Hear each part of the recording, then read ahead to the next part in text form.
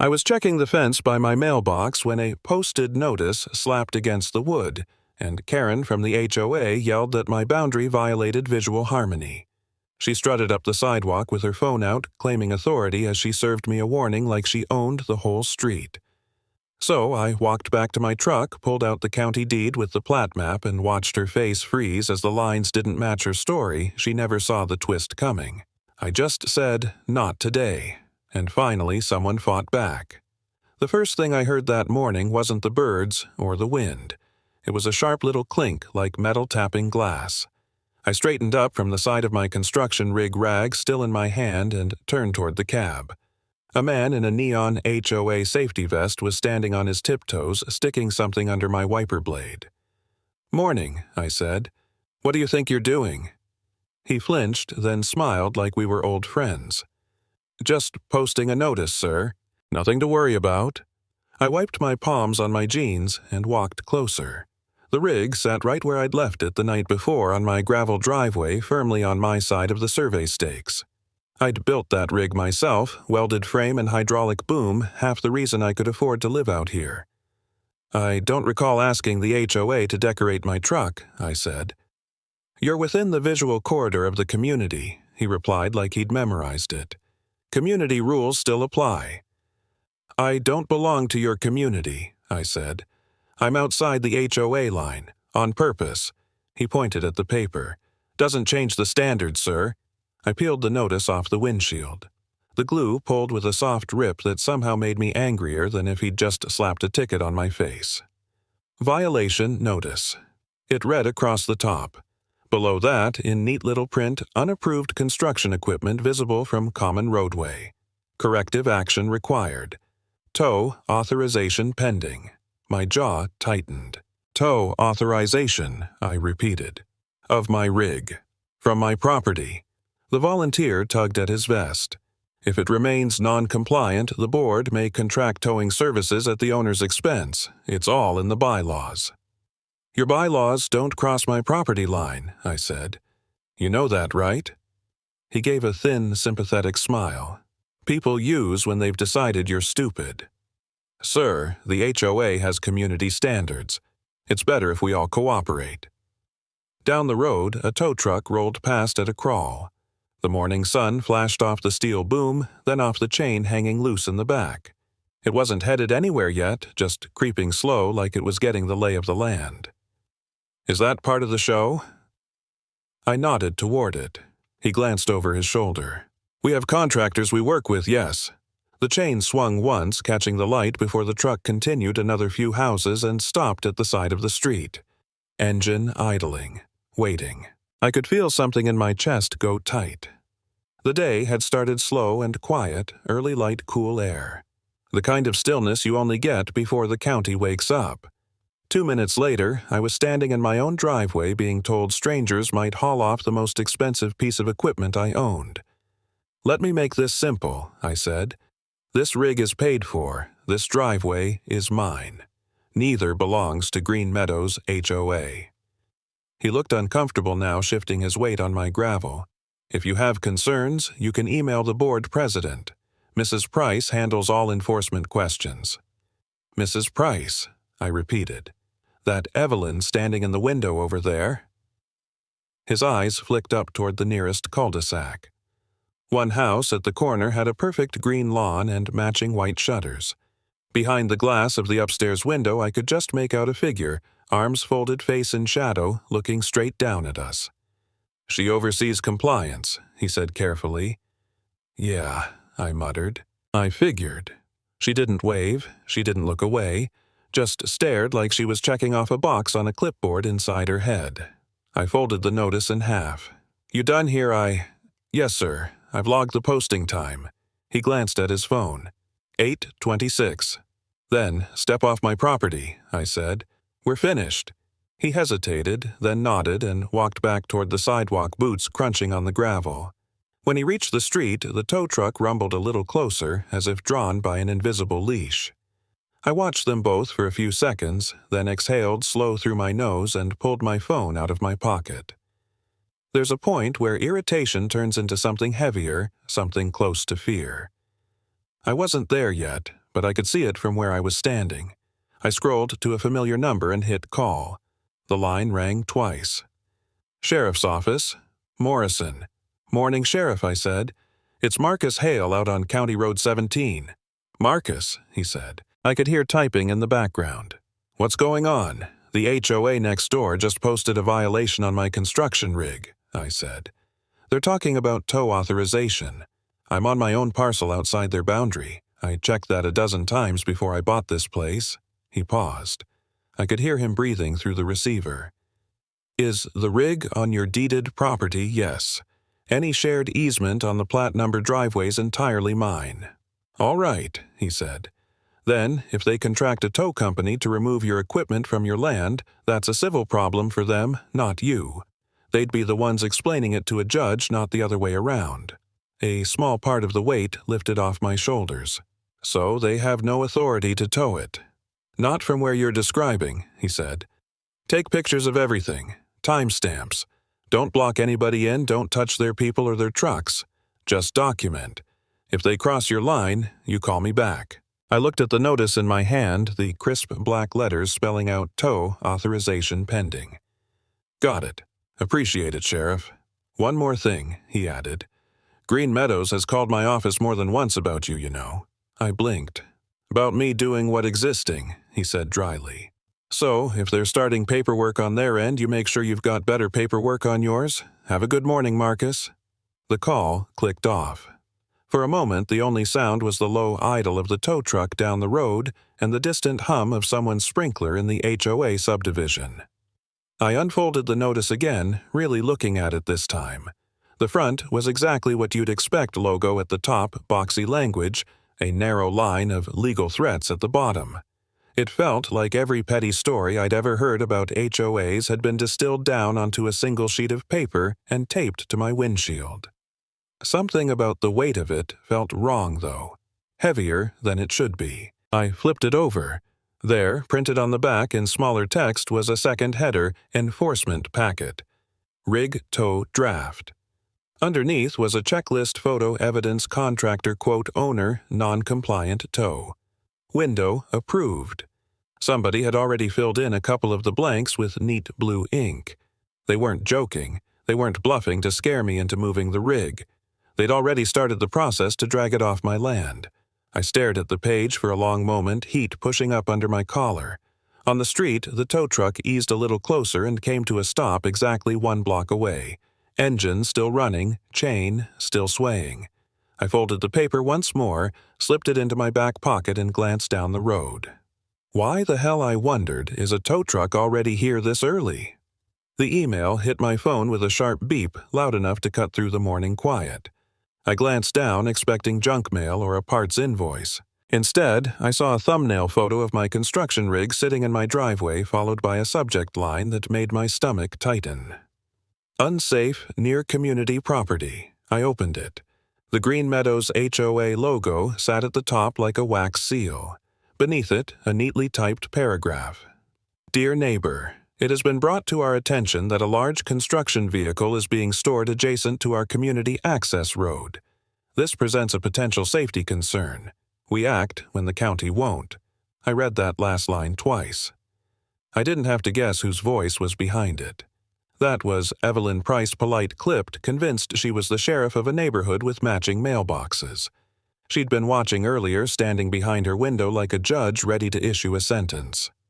I exhaled slowly, grabbed my keys, and headed for town. Jim Sutton's law office sat above an old diner that still brewed coffee strong enough to wake the dead. The smell drifted up the stairwell as I climbed. When I opened his door, he was pouring that same diner coffee from a dented stainless steel thermos into a chipped mug. He looked up. "Marcus, you look like hell warmed over." "You can thank the HOA," I said. I laid the printed notice and my phone on his desk. "They're after my rig." Jim wiped his glasses on his shirt, slid them on, and picked up the notice. "Tow authorization pending," he read aloud. "On your driveway?" "Yes." "And you're not in the HOA?" "Correct." He turned the notice over and let out a low whistle. "Ah. Enforcement packet. Rig tow draft." They've started paperwork, and a tow truck's already circling, I said. Jim took a long drink from his thermos. All right, show me the email. I handed him my phone. He scrolled, jaw tightening. We act when the county won't, he repeated. She actually wrote that. That's Evelyn. Of course it is. He opened a drawer and pulled out the folder containing my deed and parcel map. Let's refresh. Your parcel 14C, right? No easements outside Green Meadows jurisdiction. Exactly. He tapped the map. Then they have no authority. 0. Nothing they write changes that. I blew out a breath. So, this notice is worthless. Legally. He held it up. It's a strongly worded wish. He reached for a yellow highlighter and drew a thick line under the phrase, Tow Authority Valid County-Wide. This, he said, is going to bury them. HOA bylaws don't apply county-wide. They barely apply on their own streets. He flipped open a legal pad. Tell me what the sheriff said. He told me to document everything and call him if anyone steps onto my property. Jim nodded. Good advice. This is an intimidation play, Marcus. They're hoping you'll move the rig so they can claim compliance victory. I'm not moving it. Good. Don't. He leaned back, studying the notice again. This whole thing, it's not about safety. It's about control. Evelyn doesn't like seeing your rig from her curated little kingdom. I sat forward. So, what do I do next? You prepare, he said. Start a folder. Print this email. Save every photo. Every notice. Make sure the timeline is airtight. He uncapped the highlighter again and wrote at the top of the notice, Invalid Jurisdiction Claim, Construction Rig. That he said, sliding it back to me as Exhibit A. Before I could answer, a low rumble vibrated the window. Jim's eyes drifted past my shoulder. What's that? He asked. I turned. A white tow truck rolled slowly past the diner downstairs. Same company logo as the one from my road. Same swinging chain. Same creeping predatory crawl. It moved like it already had a destination picked out. Jim's voice dropped. Recognize it? Yes, you get the plates, I will. He set his thermos down. Marcus, they're not just fishing, they're moving. I watched the tow truck disappear around the corner engine, fading into the traffic hum. Jim tapped the notice again. You hold your ground. You keep that rig exactly where it is, and if that truck shows up on your gravel, call me and the sheriff before they drop the hook. I nodded, feeling heat rise under my collar again. Not panic, not confusion. Anger, sharpening into something steadier. Where the hell? I murmured, staring at the empty street. Are they planning on taking that truck next? The first sound I heard was the scrape of metal on asphalt, chain drag sharp and unmistakable. I walked out of the garage and saw a tow truck idling halfway down my driveway. The operator crouched near the rear tires of my construction rig, measuring the distance like he was sizing up a prize catch. Morning, he said without looking up. Just checking clearance, for what I asked. He finally stood brushing dust off his jeans. Tow request came in. From who, he pointed with his thumb toward the road. A woman in a green HOA polo stood on the curb phone, held horizontally like she was filming a documentary. A neighbor peeked through their curtains across the street, the blinds bouncing once as they let go. The garage fan behind me clicked and thumped, struggling through the heat. The whole scene felt like a pressure cooker ready to hiss. I walked closer to the tow operator. This rig is on parcel 14C, my property, outside the HOA boundary. He shrugged. I just go where they tell me. You're on private land, I said, without my permission. The HOA enforcer stepped forward, still recording. This area is considered a shared access lane. No, I said flatly, it isn't. She zoomed in on my face like she planned to freeze frame it later. We're documenting for liability shift, she said. You're interfering with a lawful tow order. That order isn't lawful. I pulled a folded sheet from my pocket, the copy of my deed Jim had told me to carry. Here. Parcel line ends 10 feet past my mailbox. Everything on this gravel is mine. The tow operator squinted at the page. The woman didn't bother. We interpret the roadway differently, she said. Our board believes the visual corridor is shared space. Your beliefs, I said, don't redraw county maps. Her nostrils flared. We're acting on safety complaints."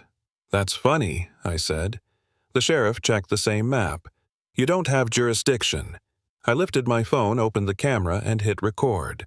The screen caught her face, her HOA badge, the tow truck, the operator's tape measure, still dangling from his hand. "This is being documented," I said. "State law disagrees with your interpretation." The tow operator took a small step back like he'd just realized he'd wandered into a restricted zone. "Ma'am," he said quietly, "if this is private property—" "It's under review," she snapped. "Proceed." He hesitated. "Do you have confirmation?" "Actual paperwork." She reached into her binder, rifling through plastic sleeves until she pulled out a sheet marked in thick yellow highlighter enforcement request. Pending construction rig tow. She held it up like a search warrant. I zoomed the camera closer. "Pending isn't approval," I said, "and nothing gives you the right to tow from my land. Consent is implied when a violation impacts the community," she told me, voice clipped and confident. "We're taking action." "No," I said. "You're trespassing." Behind her, a neighbor stepped out onto their porch, arms crossed. Another stood behind a mailbox, watching like this was better than cable. The tow operator rubbed the back of his neck. "Listen," he said to me quietly, "I don't want trouble. I just respond to dispatch. Then do the smart thing I said. Get confirmation before you hook anything." He looked at the HOA woman. "Do we have a tow number?" "Pending," she repeated. "That's not a number," I said. She glared at me. "We don't require your cooperation." "But you need my permission to touch my property," I replied. She opened her mouth, ready to fire back, but her phone buzzed. She checked the screen, frowned, then lowered the device a little. "It's the clubhouse," she muttered. "Give me a second." She stepped aside but kept the camera pointed at me. Her voice dropped to a whisper, but I caught pieces. "Still pending. He's recording. Owner claims parcel. Sheriff involvement." The tow operator slowly rolled up his tape measure. "Ma'am," he called gently. She ignored him, still whispering. I waited. The sun beat down on the driveway, baking the gravel until the air shimmered. The fan inside the garage rattled again. A dog barked 2 houses down, startled by something it couldn't see. Finally, she hung up and returned, jaw tight. "We're coordinating," she said. "You may be liable for obstruction." "I'm allowed to stand in my driveway," I said. "I'm allowed to film, and you're allowed to leave." She exhaled sharply. "This is not over. The board will escalate. Then I'll escalate documentation," I replied. She snapped her binder shut. The tow operator gave me an apologetic look, then climbed into his truck. As they backed out onto the street, she raised her phone again and pointed it at my rig. "For liability shift," she said once more, as if repetition would make it true. The truck rolled away, engine rumbling. Neighbors retreated into their houses, the blinds closed. The heat settled again. But before the sound faded completely, another noise slipped through the quiet, faint but unmistakable. Printer whir. And then a second sheet sliding out. In the HOA clubhouse down the street, a printer churned out a new document. Its header read, "Tow Authorization Number 2, Construction Rig." And I knew in that moment this wasn't backing down. This was the beginning of a real escalation. The filed stamp hit the counter hard enough to echo. Tow, scheduled, 09:30 a.m. Tomorrow, construction. Rig, the clerk read aloud, sliding the paper under the glass. "They filed this with us 10 minutes ago." I stared at the notice. Same HOA logo, same clipped language. A new line in bold, formal notice. Tow, operation authorized. The clerk tapped the date. "Once it's in the system, it exists," she said. "Doesn't mean it's valid, but it's there." "Can you email me a copy?" I asked. "Already did," she said. "Check your inbox on the way out." I thanked her and walked out of the county office, the late afternoon heat hitting me like a wall. The notice felt heavy in my hand, even on thin paper. They weren't bluffing anymore. They had a time, they had a form. They had my rig circled on a map in some binder at the clubhouse. By the time I got home, the light had started to fade. I went straight to the workshop, flipped on the overhead lamp, and watched the familiar yellow glow settle over the tool bench. Dust motes drifted in the beam like slow snow. Outside, the wind pushed against the window frame just hard enough to make it rattle. I set the notice on the bench next to my laptop and opened my email. The clerk's message was right at the top. Attached a PDF of the formal notice complete with the county's filed stamp in the upper right corner. I clicked it open. There it was in cold official font toe, scheduled 09:30 a.m. Subject: construction rig, adjacent to Green Meadows subdivision. My chest tightened. I clicked another window and queued up the videos from the first tow attempt. The camera feeds played across the screen the tow truck halfway down my driveway, the operator measuring the HOA enforcer insisting the access lane was shared, my deed in my hand, her ignoring it. Every frame felt like sand slipping through my fingers. I hit call on Jim's contact. He answered on the second ring, his face appearing on my screen in the soft light of his office. Shirt sleeves rolled up tie loosened the same stainless thermos in the background. "You look like you got bad news," he said. "I did," I replied, angling the camera so he could see the notice on the bench. They filed a formal tow notice. 9:30 tomorrow morning. My rig. He leaned in. "Show me." I held the paper closer. He squinted, then nodded grimly. "Well," he said. Evelyn's finally swung for the fences. "Can they do this?" I asked. "I mean, actually do it. Can they file it?" he said. "Sure. Anyone can file stupid pieces of paper. Can they lawfully seize your rig from your property based on HOA bylaws and a fantasy visual corridor?" He shook his head. "Not even close." "Doesn't feel that way," I muttered. "Feels like they're loading the gun." He pointed at the screen. "If they touch your rig tomorrow morning, Marcus, that's not enforcement. That's an unlawful seizure of private property." The window rattled again as a gust of wind slid past the siding. I rubbed a hand over my face. "So, what do we do?" "We get in front of it," he said. "You still have the videos from the first attempt?" "Every second." "Good. Email them to me and to the county clerk tonight. All of them. I'll draft an emergency motion, something along the lines of motion to preserve property and enjoin unlawful tow.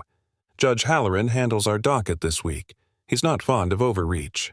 I clicked through folders and dragged video files into an email. The progress bar crawled across the bottom of the screen. Subject line, I asked. "HOA attempted tow of construction rig outside jurisdiction," Jim said. "Make it plain." The files finished uploading. I hit send. The laptop fan hummed louder for a moment. "Done," I said. "Now, call the clerk's office," Jim added. "Tell them I'm preparing an emergency filing tied to that tow notice they stamped. You'll need to sign the affidavit. I'll email the form. We don't have to prove everything tonight, we just have to show enough that a judge sees this train coming and decides to stand on the tracks. And if he doesn't, I asked." Jim looked straight into the camera. "Then we deal with the fallout after they screw up. But I don't like giving people like Evelyn clean shots. I'd rather she walks into a courtroom already under a microscope." My phone buzzed with a new email. "RE received video files, read the subject line." "That's the clerk I said." "Good," Jim replied. "I'll be in my office for a few more hours. When you get my affidavit, print, sign it, scan it back. No gaps. If they're going to move at 9:30, we need the judge seeing this by 9. The workshop felt smaller, suddenly the air thicker. The rig sat just outside the open bay door silhouette dark against the dimming yard. For the first time since I'd bought the place, it looked vulnerable. "I thought moving out here meant being left alone," I said quietly. Jim's expression softened. "You are left alone, Marcus. That's what scares people who need to be in charge. Now go, do your part. Let me do mine." We hung up. I called the clerk's office and explained who I was, what was happening, and that my attorney was sending an emergency filing tied to the tow notice. The woman on the other end recognized my name and the document. "We've logged the video files," she said. "If your attorney submits tonight, Judge Halloran will see it in the morning.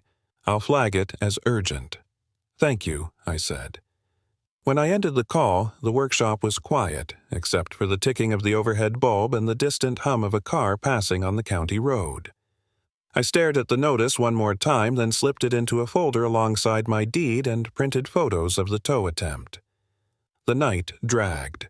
I tried to sleep on the couch in the living room with my boots still on, but every time I closed my eyes, I saw that tow truck halfway up my drive chain swaying operator measuring like my rig was already on his schedule.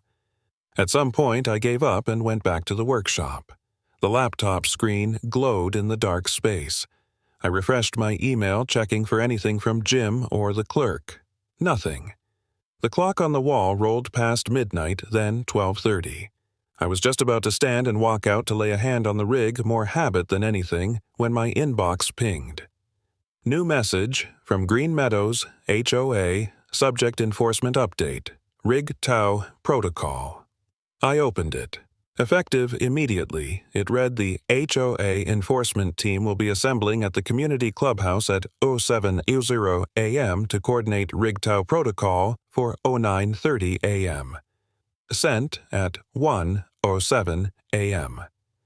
I stared at the timestamp, then at the words enforcement team assembling, and felt that familiar tightness coil in my chest again. What exactly, I wondered, are they planning to do out there before the sun even comes up? The first tap of the gavel sounded more like a warning than a call to order. Case on the emergency docket, the clerk announced, voice flat but carrying. Hale versus Green Meadows Homeowners Association. I stood at the left table, palms resting on polished wood worn down by 1,000 other people's problems. Across from me sat Evelyn Price, HOA, president, back straight, jaw-tight blazer, so sharp it almost shined. Beside her, the HOA's attorney shuffled papers, pretending not to be annoyed that this hearing was happening at all. On the bench, Judge Halloran adjusted his glasses and looked down at us like we were an unpleasant surprise on his schedule. "All right," he said. "Let's see what kind of mess we've got this morning." He turned to the clerk. "This is the emergency motion tied to a tow notice." "Yes, Your Honor," she said. "Construction rig scheduled for removal from Mr. Hale's parcel at 9:30 today." The judge's eyes shifted to me. "Mr. Hale, that correct?" "Yes, sir," I said. "They filed notice to tow my construction rig from my driveway. My property is outside the HOA boundary." The judge nodded once, then flicked his gaze to the right. Mrs. Price Evelyn gave a small, practiced smile. "Your Honor, this is being blown out of proportion. The vehicle is adjacent to our community. Residents are concerned. Our board is simply trying to maintain safety and aesthetic standards. By towing it," he asked. She folded her hands. "By arranging removal of a non-compliant commercial vehicle from a shared visual corridor." The judge's eyebrows ticked up.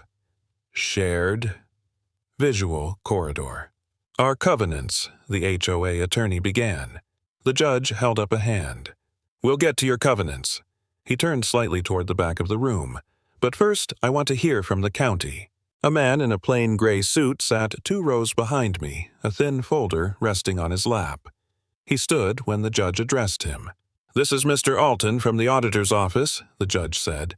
"He's here on my request. I wanted someone neutral to look at the filings." The auditor stepped forward, opened the folder, and glanced over a stapled packet clipped to the front. "Your Honor," he said, "I reviewed the tow notice, the parcel map, and the emergency motion. The construction rig sits entirely on Parcel 14C, which is privately owned and outside the Green Meadows HOA boundary. There is no recorded easement granting shared access." He flipped a page. "The notice bases authority on HOA bylaws and something called a visual corridor. That's not recognized in any county code I'm aware of." The judge tilted his head. "So, in plain English, the auditor said they tried towing his construction rig without jurisdiction." The words landed heavy in the room. I saw Evelyn's shoulders tighten. The HOA attorney cleared his throat loudly. "Your Honor, the attorney said this is a matter of community standards. Our board has an obligation to act when the county won't." "That phrase keeps popping up," the judge replied. "Act when the county won't." "That was in our email to Mr. Hale," Evelyn admitted. "We've had multiple complaints." "Complaints," the judge cut in, "do not create authority." He turned to me. "Mr. Hale, you provided video of HOA representatives and a tow truck on your property." "Yes, Your Honor," I said. "I emailed everything last night. You should see the first tow attempt in the file." The clerk tapped at her keyboard. A moment later, a still image came up on the small monitor angled toward the bench, my rig, my gravel driveway, the HOA enforcer holding her binder, the tow operator standing too close to my rear tires. The judge studied it, then glanced at Evelyn. "That your representative?" he asked. She pressed her lips together. "Yes, Your Honor." She was documenting a violation. On his land, the judge said. In the shared corridor, she insisted. "Our covenants." He tapped his pen on the bench once. "Mrs. Price, I've read your covenants. I've read the tow notice. I've read Mr. Hale's deed and the auditor's summary. I am still waiting to see where any of that gives you the right to behave like a county enforcement agency." The HOA attorney shifted. We believed belief the judge interrupted again is not law. The room went quiet. Someone near the back shifted on a wooden bench, the old slats creaking. The clerk took a sip from a takeout cup, the smell of diner coffee briefly cutting through the polish and paper. The judge leaned back, steepling his fingers. "So, here's what I see. An HOA board unhappy about a construction rig they can see from their tidy little development. They decide that gives them the power to order a tow from private land. They file something that looks official enough to scare a less stubborn neighbor." He looked at me. "You don't scare easily, Mr. Hale." "No, sir," I said. "Good," he replied. "The world needs that."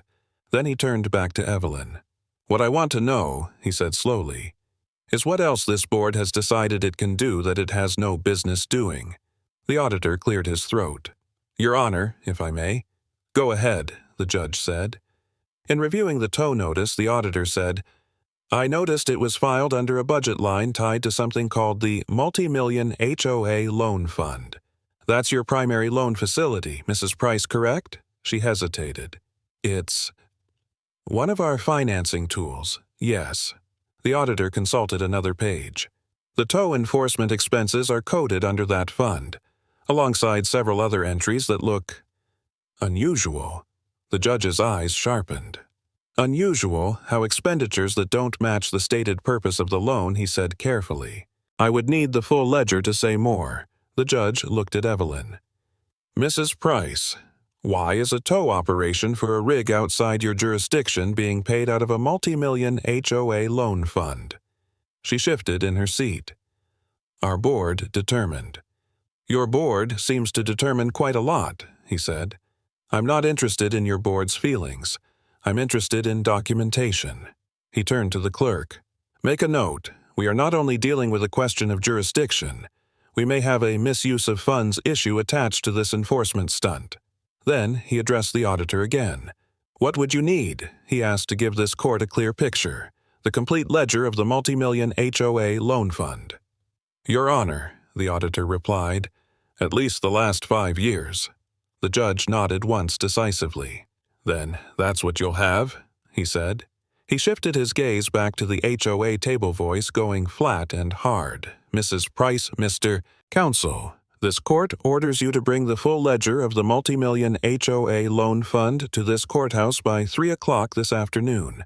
All draws, all line items, all supporting documentation. No summaries, no representative samples. The whole thing." The gavel came down in a sharp, clean tap. "Until then," he added, "no one touches that construction rig. Not your board, not your contractor, not anyone acting on your behalf. Is that understood?"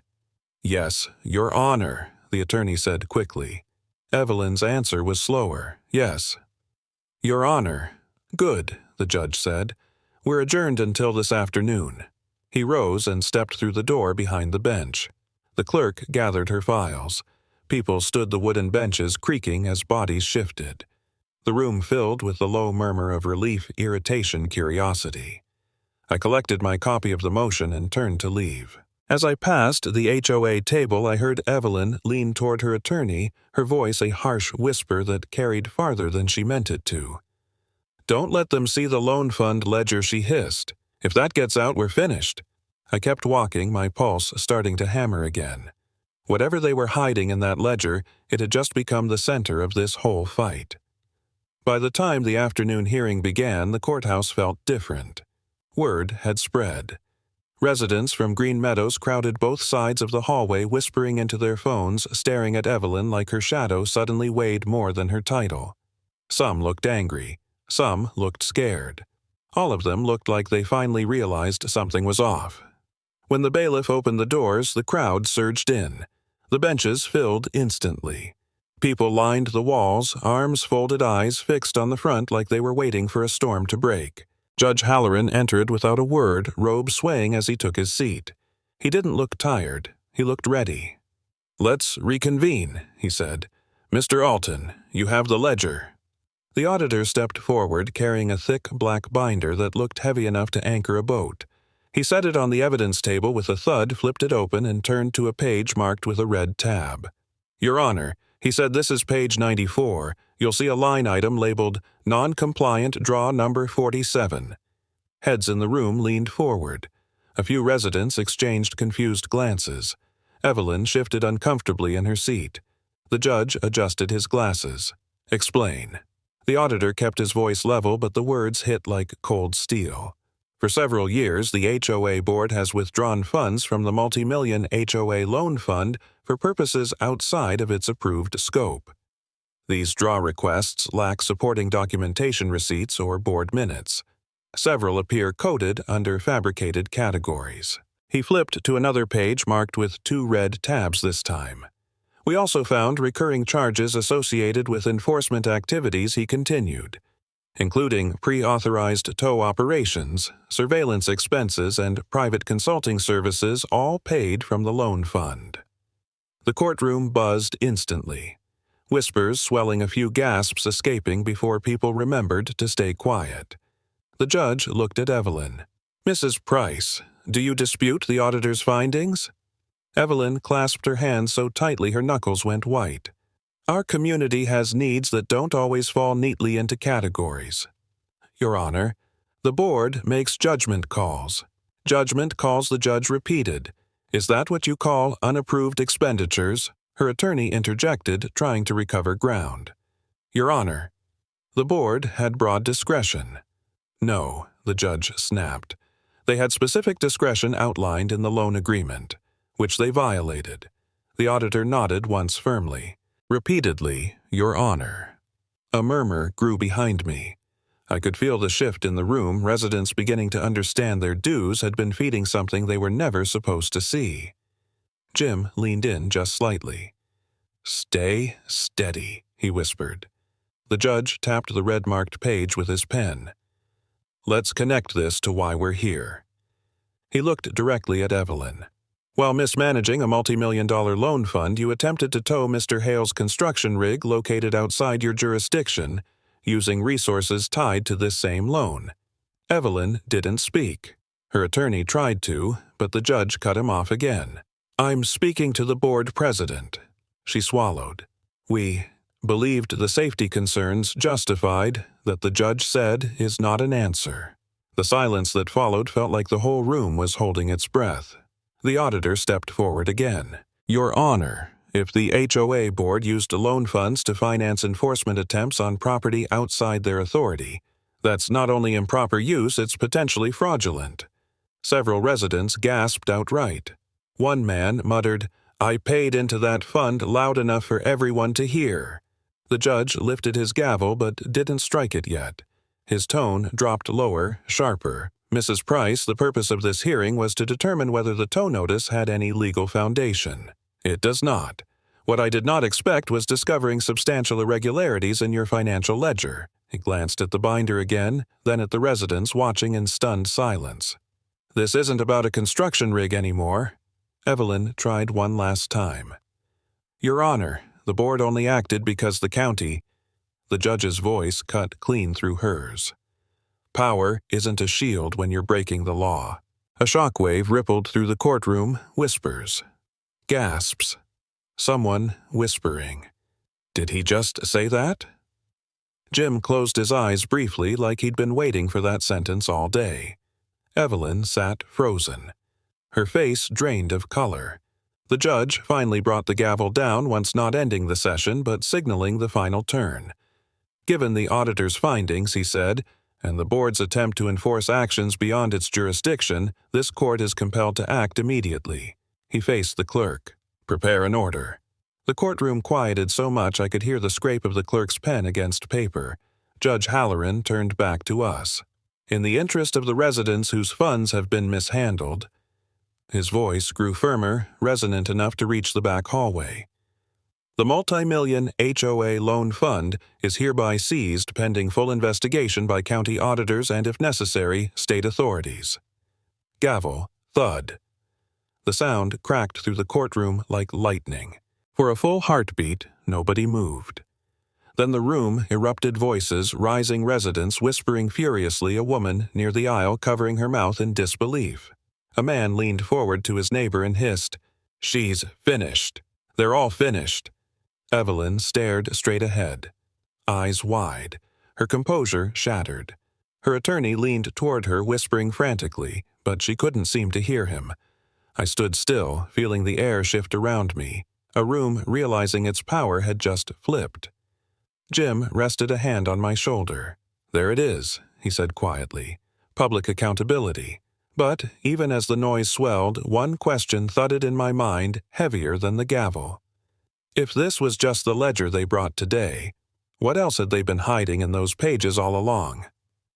By the time I reached the clubhouse, the sun had dipped behind the houses, leaving the parking lot washed in dim orange light. The building buzzed with voices, angry, relieved, confused. Residents clustered near the entrance, some with folded arms, some pacing, all of them talking at once. They lost the whole fund, someone said. Judge seized it right there in front of everyone. They tried towing his construction rig and ended up exposing themselves. A woman shook her head. How do you even come back from that? Inside the clubhouse, lights flickered across polished floors. A faded BBQ flyer hung crooked on the bulletin board, neighborhood cookout. This Saturday, the kind of cheerful thing that suddenly looked out of place in the tense crowd. I stepped inside. Conversations dipped, but didn't stop.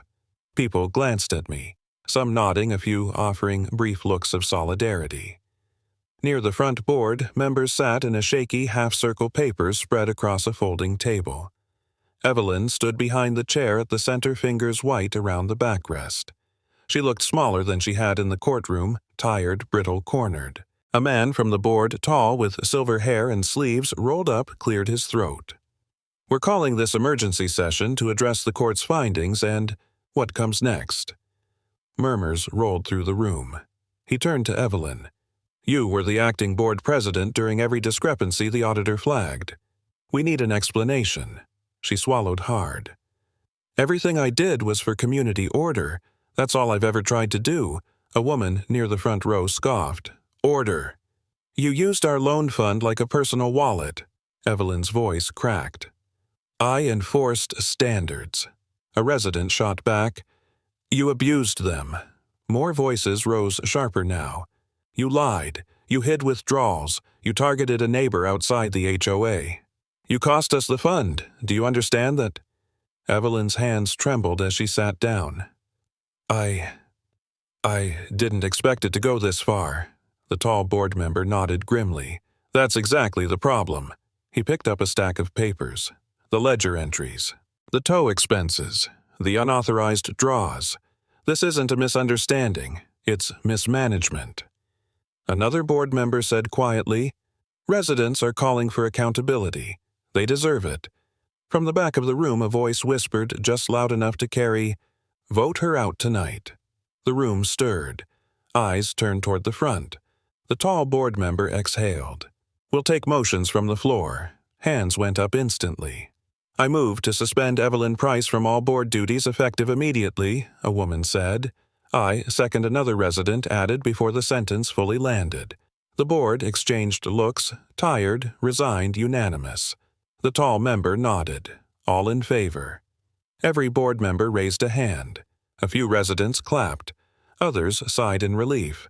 Some simply watched Evelyn, who stared down at the table like she'd fallen through a trap door. The tall member lowered his hand. Motion passes. Evelyn Price is suspended. A man near the aisle spoke, voice steady and unexpectedly respectful. One man standing up made the difference today. We owe him for that. People turned toward me. It wasn't applause, not a cheer, just quiet acknowledgement, the kind that settles in the air like something earned. I nodded once. "I didn't do it alone," I said. The judge saw what he needed to see, and the ledger spoke for itself. The tall board member stepped around the table. "We'll be reviewing every line of that fund, and we'll issue a formal apology to you, Mr. Hale. You didn't deserve any of this." I started to respond, but the clubhouse door opened behind me. Boots on tile. The familiar weight of authority. Sheriff Morrison stepped inside, hat tucked under his arm. "Evening, folks," he said. "Sorry to interrupt." People parted instinctively, clearing a path. He walked up to me, lowering his voice just enough that everyone still heard every word. "Marcus," he said, "got a minute." Something final came in. The room went silent. Every head turned our way. Whatever the sheriff had brought, it wasn't over yet. Sheriff Morrison met me outside the clubhouse steps as the last of the residents drifted away. The air had cooled the sky, turning a bruised purple as evening settled across the fields. He held a thick envelope in one hand, sealed with a red band and stamped in bold letters. "Here," he said, handing it over. "Final order from Judge Halloran. Seizure of the multi-million HOA loan fund finalized." The weight of the envelope felt heavier than paper. It felt like an ending, or maybe a beginning. The sheriff glanced toward my driveway down the road where the silhouette of my construction rig stood against the fading sky. Its metal hooks and cables swayed gently in the breeze. "Keep that with you," he said quietly. "That rig started all of this. In a strange way, it saved this place." I let out a slow breath. Didn't feel like saving when they tried to tow it. "Justice rarely feels like what it is in the moment," he replied. "Sometimes you don't see it until the dust settles." He nodded toward the clubhouse doors. "The new board's cooling off inside. They want a word before you head home." Inside, the room was calmer than before, exhausted, shaken, but lighter somehow. The folding tables had been straightened papers gathered into neat stacks. The same faded BBQ flyer still hung crooked on the bulletin board, but it didn't look out of place anymore. It looked like normal life trying to return. 3 board members approached. No blazers, no rehearsed smiles, just people who looked like they were finally seeing their neighborhood clearly for the first time. The tall, silver-haired man spoke first. "Mr. Hale, thank you for coming." I nodded. "You said you wanted to talk." "We did." He exchanged a glance with the others. "We owe you more than an apology. We owe you recognition." Another board member stepped forward. "They targeted your construction rig. They lied about jurisdiction. They used your property as leverage, and they used our loan fund to do it." The woman beside him shook her head slowly. "They lost their multi-million-dollar fund because they couldn't leave you alone. And because you wouldn't back down," the tall man added. "That matters. Not just for you." He gestured around the room for all of us. I let the word settle. Then I nodded once. "Thank you. We'll issue a formal written apology," he said, "publicly. And we'll be rebuilding the fund the right way. Transparent, controlled, and with oversight." "Good," I replied. "People deserve that." Outside, the last hint of red sun lit the horizon. The sheriff gave me a nod as I stepped out of the clubhouse. "Get some rest, Marcus. Planning on it." I walked the short stretch home, the gravel crunching under my boots. The breeze picked up, carrying the scent of hay and dry summer soil. When I reached the workshop, I flicked on the light. The warm, yellow glow filled the room, wrapping around the tools, the bench, the old metal cabinets, and finally the rig sitting just outside the open bay. I stepped to it and laid a hand on the frame, feeling the cool steel beneath my palm. I checked the cables, the hooks, the hydraulic lines, part habit, part reassurance. It was still mine, still standing, still exactly where it should be. I set the judge's order on the bench, smoothing the corner with my thumb. The sheriff's words echoed in my head. Justice rarely feels like what it is in the moment. But standing there, surrounded by the things I'd built with my own hands, the truth finally settled in. Finally, someone fought back. "Properly," I murmured. The workshop went quiet, holding the words like it agreed. I stepped outside and sat on the wooden threshold boots planted in the gravel. The wind brushed past, catching the metal hooks on the rig and making them chime in soft, uneven notes. Crickets woke in the fields. A distant dog barked once and then left the night alone. This land was mine again, fully unquestionably, quietly. The weight I'd been carrying for weeks loosened and drifted off into the cooling dusk. Tomorrow morning I'd fire up the rig, roll it out of the bay, and get back to work on the foundation I'd started before all this madness began. Just me, the open acreage, and the hum of tools cutting into clean, honest earth. On land that belonged to no one but me. Quiet justice. And finally, peace worth keeping. The posted order still hung on my workshop wall, the judge's seal catching the last line of sunset as my rig's hooks swayed lightly in the wind. That document, read into the record this afternoon, pressed the truth into place. The board lost their multi-million fund because they crossed a boundary that wasn't theirs. Watching the new board take responsibility reminded me that justice isn't loud. It's steady, especially when a whole community finally sees what really happened. Finally, someone fought back. I said to myself, closing the toolbox and feeling the weight lift from my chest. I sat on the step with the evening breeze on my shoulders, ready to build again on land that's mine alone.